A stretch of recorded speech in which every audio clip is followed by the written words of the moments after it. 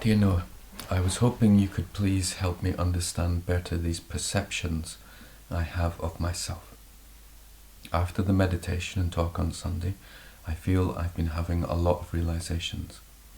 In the meditation on emptiness, instead of jumping between being consumed by my thoughts and then being the meditator, trying to stay present, something changed, and I feel I went much deeper, and both the meditator and the thoughts became very distant. I felt such deep relief and peace.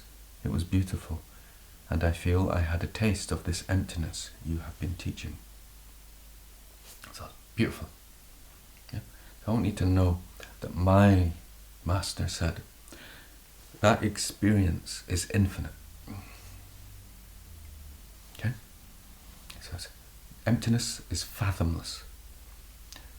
And other masters say life is a mystery. That's what it means. There isn't an end point. Yeah? So you've just dipped into the pool, and it's beautiful. Since then, my mind has been going quite crazy, and I find it very hard to do sitting meditation or resting in presence. The mind is so fast it's hard to watch my thoughts because the phenomena changes so quickly. But on the plus side, I'm able to take myself far less seriously. I can tell my mind is trying to put me in a bad mood or get annoyed at this or that. But instead of getting sucked in, I can laugh at it. There is now a much wider separation here. And although I'm still feeling it, it's much less overwhelming. Hallelujah. Hallelujah indeed. So what happens on the path is when we have a deep experience, the mind fights back. For some people, when we study the Enneagram, the mind fights back by thinking that you're brilliant. Yeah. So it fights back by saying, I'm really getting this. I'm really spiritual. And it just fits into a nice, comfortable kind of helper, that's a good one. Yeah. Like a achiever. Yeah. Doing a lot for the Sangha. Or, that's a negative thing. Then doing nothing for the Sangha. Or I don't want to help anyone. Or what's the point? And then it fights back in a negative way. So this depends on our childhood and how our ego develops. Some people develop their ego through positivity, and some people develop their ego through negativity. That is, the ego thrives on attention.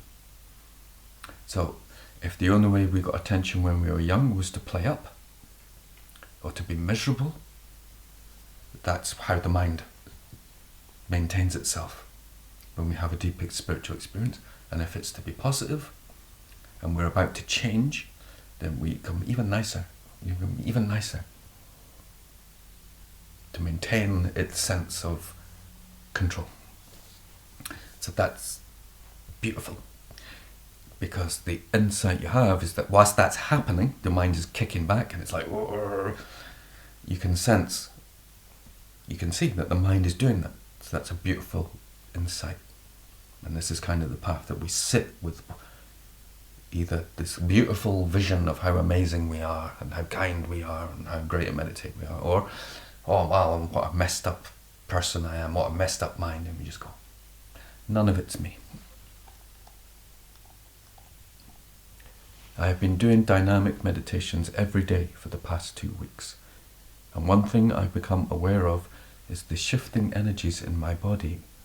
And my question, if you can please give me some help in understanding, is about this pain and tightness I'm feeling in my chest and stomach. I think I have energy blocks here, as when I try to rest in my body into these spaces rather than being up in my head, there is a sense of pain, tightness and resistance around my chest and stomach. I am wondering if I actually have blocks here, or if that is just one of these perceptions I have of myself, which is a trick of my mind. I feel the latter is more true as going by my experience of emptiness. I don't think I can have blocks, but still part of me believes that I do, and this resistance is getting in the way of relaxing deeper into myself. When I try to rest into my root chakra and around my sex center, there is no pain, but I can see my mind kind of flares up and makes a lot of noise, and I get a sense there is resistance in my mind of settling into these energies, and it pulls my attention upwards again. It's like there is a fear of moving into these spaces in my body. I think it is a fear of it being painful. If there's anything you can point me towards, or any words that could help me see through this, I would greatly appreciate it. Thank you again so much for your recent teachings. Lots of love and kindness.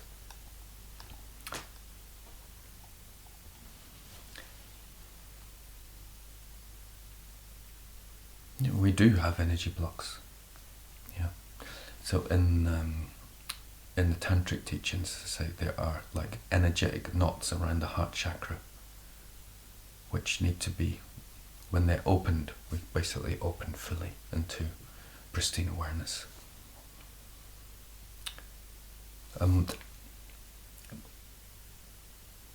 Every thought has an energy wind. Yeah. So when we know this scientifically now, that if you have a lot of negative thoughts, it can create cancer. Yeah, so it's like, and people who do yoga experience releases of memories in the body because they get stored in the body and in the energy body.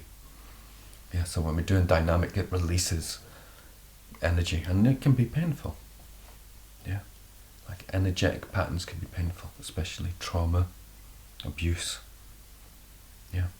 And if we can allow them to come up, we say in that spaciousness. So what we mean by, like, we don't, like it's not just a trick of the mind, but it's not other than the mind releasing itself. So when it comes up, we don't, basically, just try not to think they're going to be permanent.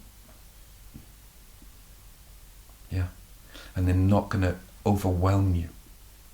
But this is how, if you're reliving traumatic situations, that you're comfortable enough to experience it again without it overwhelming you.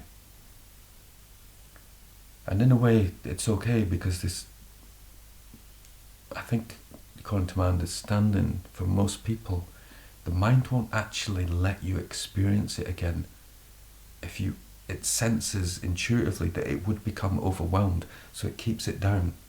So it's almost until you're ready for it that you'll be able to experience it again and not be overwhelmed. Of course, some people still get overwhelmed again. It's like it's not a hard and fast rule, but it's like a general sense that we kind of get what we're ready for. Or another way to put it is like, don't push too hard for it. The healing comes when it wants to come. I think from just what you're saying, you're sensing that there are blocks there, and we don't have to take them like deadly seriously. It's not just a trick of the mind, but it isn't other than the mind playing itself out. So we can just allow them to happen and be there, and accept that with lots of spiritual highs, there are also downs that come the other side of it, the shadow self. Yeah, so don't push for trying to get to those higher centers. You recognize, like what you would call a bad meditation session, when the mind's thinking, that just might be an energetic block being released. It has to go somewhere. So it might be a session where just the thoughts are going crazy and it's horrible. So actually, that is the effect of a good meditation session. So it's not a bad meditation session, it's an effect meditation session.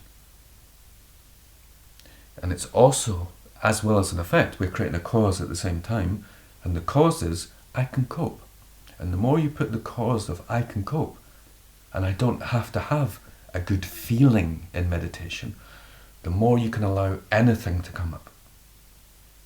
And then samsara can really start to dredge itself out. Yeah? I think that's the best thing to say. It's like, can watch the grasping, watch the chasing, allow the things to play out, as you're saying, and being loose. And it's, there can be pain. I don't think any of us think we're going to go through life without pain. And we're shifting those energies and if we've had, which we all have, a negative mind, we've had an impact in our energy system. Yeah, and it can take a little while for them to release, and that's okay. Yeah, so it's beautiful work. Report back to me if that's helpful, and report back more if you've done more dynamic. It's good to do 21 days in a row. That's a good cycle. But just to encourage you that the fact that the mind's kicking off, like you said in the first, it's a really good sign that the mind's sensing that there's something going to come and take it away. It's called your true self. It's going to become the master. Yeah, so it's a wonderful thing when you watch the mind squirm, that you're going to start to have a really enjoyable life where you're the master. Okay, so thank you so much for writing, and let me know if this is helpful in any way. Thank you.